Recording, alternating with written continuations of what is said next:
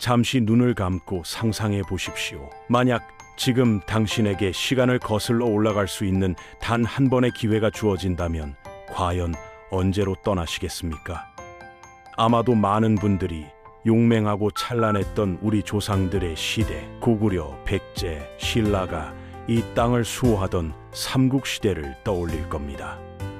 천년을 훌쩍 넘는 옛 조상의 숨결을 직접 느끼고 교과서 속의 영웅들과 마주서는 상상만으로도 가슴이 벅차오를 테니까요. 그런데 말이죠. 당신이 타임머신을 타고 도착한 삼국시대에서 그곳의 사람들과 단 한 문장이라도 대화가 통하지 않는다면 과연 어떤 기분이 들 것 같으십니까? 에이, 설마요? 우리 조상들인데 당연히 말이 통했겠죠? 만약 이렇게 확신하고 계셨다면 잠시 그 편견을 내려놓고 제가 지금부터 들려드릴 이야기에 귀를 기울여 주십시오. 이 영상은 단순히 잊혀진 역사의 한 조각을 들춰보는 것을 넘어 우리가 너무나도 당연하게 믿어왔던 같은 민족, 같은 말이라는 뿌리 깊은 믿음에 서늘한 물음표를 던질 겁니다. 시간을 넘어선 이방인처럼 느껴질 그 감정, 우리는 과연 그것을 받아들일 수 있을까요? 자, 그렇다면 고구려, 백제, 신라 사람들은 서로 말이 통했을까요? 같은 한반도에 살았던 세 나라이고 같은 민족이니 당연히 통했으리라 짐작하는 것이 일반적입니다. 실제로 역사 기록을 보면 삼국 간의 외교 사절이 오가며 첨예한 협상을 벌였고 전쟁 중에는 전장을 넘나들며 계략을 꾸미고 심지어 적국의 정보를 빼내기 위해 첩자를 파견하는 장면들이 셀 수 없이 나옵니다. 그런데 특이하게도 이들이 소통할 때 통역관을 썼다는 기록은 찾아보기 힘듭니다. 첩자가 적진에 침투했는데 말이 전혀 통하지 않는다면 그것은 이미 첩보 작전이라고 부르기엔 민망한 수준이겠죠? 이러한 정황들은 삼국시대 사람들이 완전히 말이 통하지 않는 사이는 아니었음을 강력하게 시사합니다. 그들은 서로의 존재를 인지하고 어떤 형태로든 소통하려 애썼을 겁니다.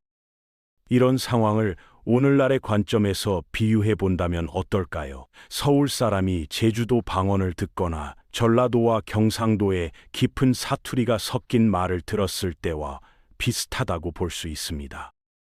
처음엔 좀 낯설고 알아듣기 힘들지만 몇 마디 더 듣고 맥락을 파악하다 보면 대충 아, 저 말이 저 말인가 보다 하고 짐작하게 되죠. 고구려어, 백제어, 신라어 역시 같은 뿌리를 둔 고대 한국어에서 갈라진 언어였기에 기본적인 언어의 뼈대, 즉 주어, 목적어, 서술어의 순서 같은 문장 구조는 비슷했을 것으로 보입니다.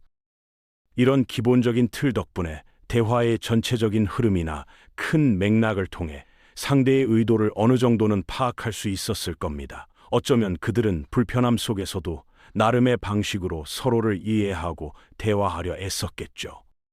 그러나 기억하십시오. 말이 통했다와 말이 아주 잘 통했다는 완전히 다른 문제입니다. 그들의 소통 속에는 알 수 없는 삐걱거림과 미묘한 오해의 그림자가 드리워져 있었을 겁니다.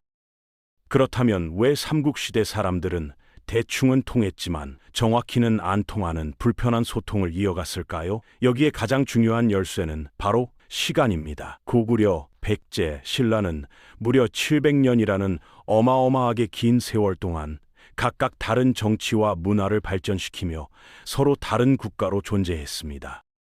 언어는 마치 강물과도 같아서 같은 발원지에서 시작했지만 이토록 오랫동안 다른 방향으로 흐르면 점차 서로 다른 물길을 만들게 마련입니다. 시간이 길어질수록 언어는 더욱 빠르게 변화하며 갈라지게 되죠. 700년이라는 시간은 언어를 완전히 다른 물로 만들기에 충분한 세월이었습니다. 삼국사기의 지리지를 보면 이러한 언어의 분화가 얼마나 깊었는지 엿볼 수 있습니다.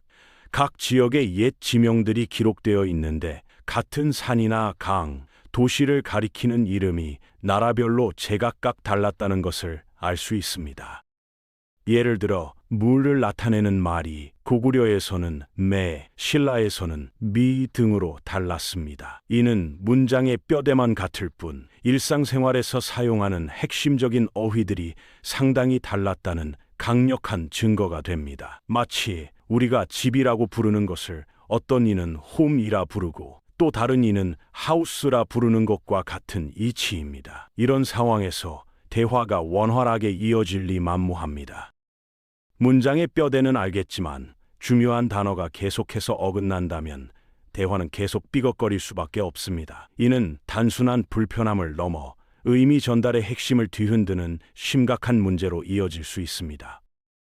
대충 이해하는 대화는 때로 완벽히 불통하는 것보다 더 위험할 수 있습니다. 특히 외교나 전쟁처럼 국가의 운명을 결정하는 중대한 상황에서 중요한 단어 하나를 잘못 이해하거나 미묘한 뉘앙스를 놓쳐버리는 것은 치명적인 결과를 초래할 수 있습니다.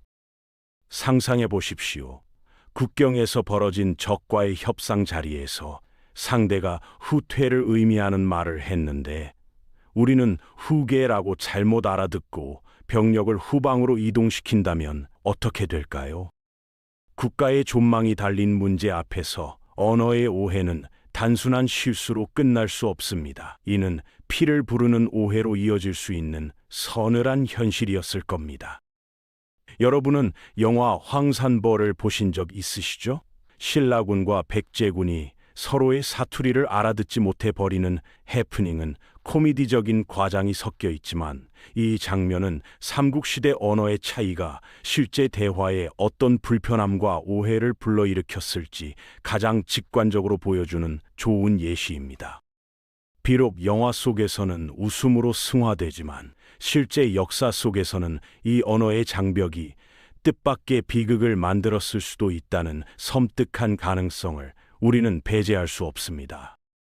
중요한 지시나 명령이 잘못 전달되어 전세가 역전되거나 중요한 인물의 목숨이 왔다 갔다 하는 아찔한 상황이 빈번했을 겁니다. 씁쓸하면서도 흥미로운 이 사실은 말이 얼마나 중요한 칼날이 될 수 있는지 보여줍니다. 그렇다면 우리가 만약 타임머신을 타고 삼국시대로 뚝 떨어진다면 어떨까요? 과연 그들과 대화할 수 있을까요? 결론부터 말씀드리면 아마 거의 외국어처럼 들렸을 겁니다. 믿기지 않으십니까? 단 100년 전의 한국어만 해도 우리는 거의 알아듣지 못합니다. 1900년대 초에 녹음된 몇 안 되는 우리말 음성 자료만 들어봐도 지금과는 발음과 어조, 단어 선택이 너무나 달라 익숙해지는데 한참 걸립니다. 당시의 신문이나 문학 작품을 읽으려 해도 현대어 번역본 없이는 완벽하게 이해하기 어려운 부분이 태반입니다. 100년도 채 안 되는 세월이 이 정도로 언어를 바꾸어 놓는다는 건 놀라운 일이죠. 그런데 삼국시대는 그보다 무려 1000년 이상 더 거슬러 올라가는 까마득한 과거입니다. 상상해 보십시오.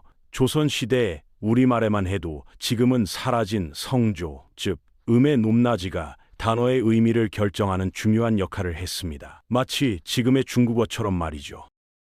세종대왕이 훈민정음을 창제할 때 글자 옆에 방점을 찍어 소리의 높낮이를 표시했던 이유가 바로 여기에 있습니다. 삼국시대 언어도 이러한 성조가 있었을 가능성이 큽니다.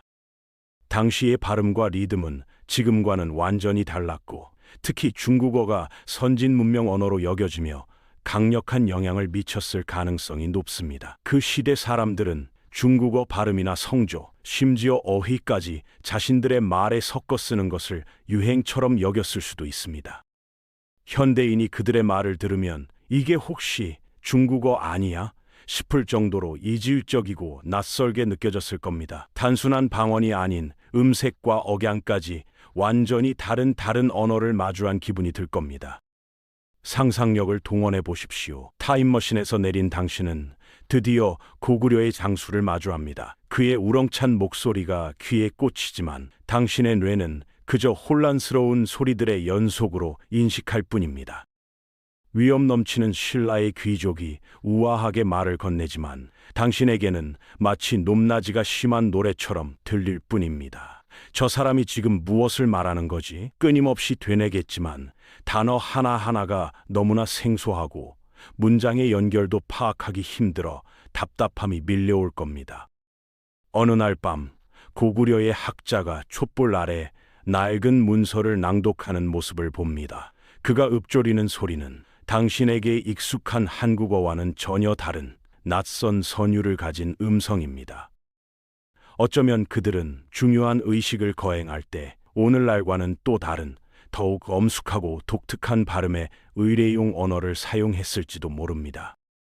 당신은 분명 고향의 땅에 서 있고 당신의 조상과 얼굴을 마주하고 있지만 그들과 소통할 수 없는 외국인 그 자체가 됩니다. 같은 땅에 같은 민족이라는 믿음 속에 존재하지만 언어의 장벽은 당신을 완전히 고립된 이방인으로 만들어버리는 겁니다.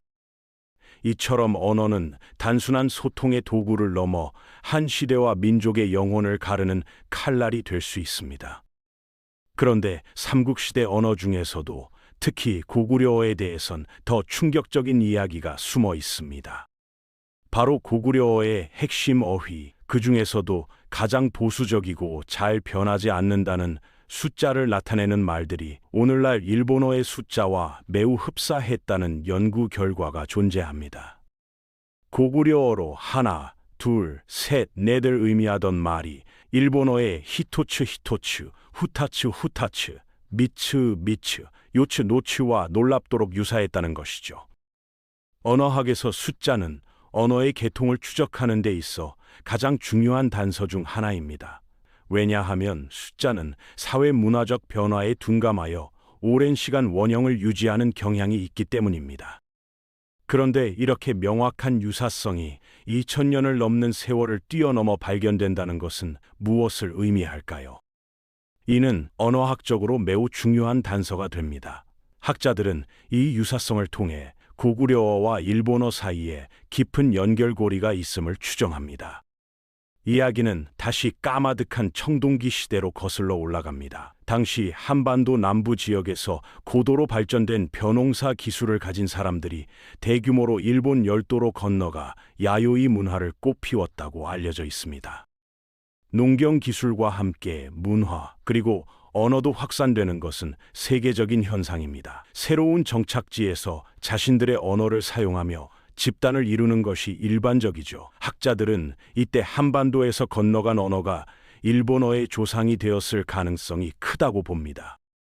이들의 이동은 단순한 인구 이동을 넘어 한반도의 언어와 문화를 일본 열도에 심는 씨앗이 되었을 것이라는 겁니다. 우리가 생각하는 것보다 훨씬 더 깊고 복잡하게 얽혀 있는 두 나라의 언어 뿌리가 여기서부터 드러나는 섬뜩한 진실입니다.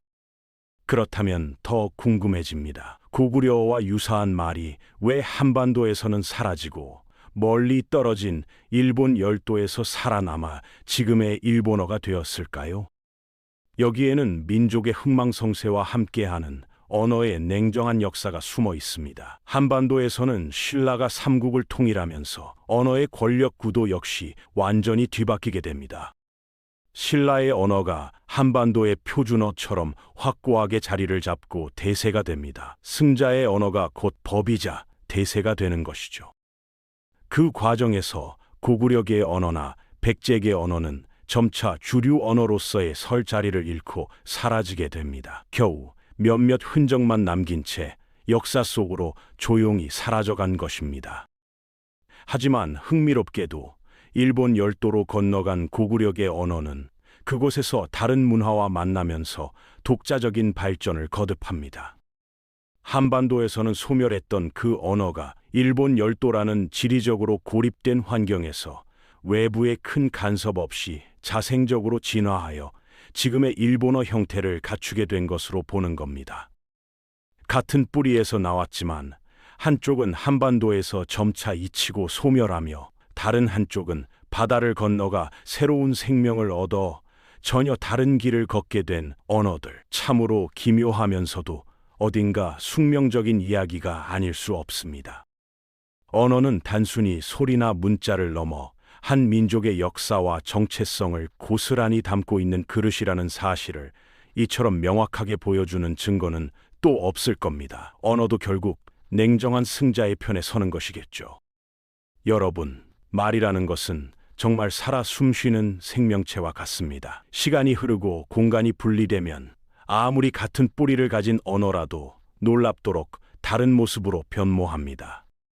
때로는 완전히 다른 언어가 되어버리기도 하죠. 언어가 갈라진다는 것은 단순히 소통이 불편해지는 것을 넘어 그 언어를 쓰는 집단과 집단 사이에 보이지 않는 장벽을 세우고 나아가 민족의 정체성마저도 분리시키는 현상과 다름없습니다.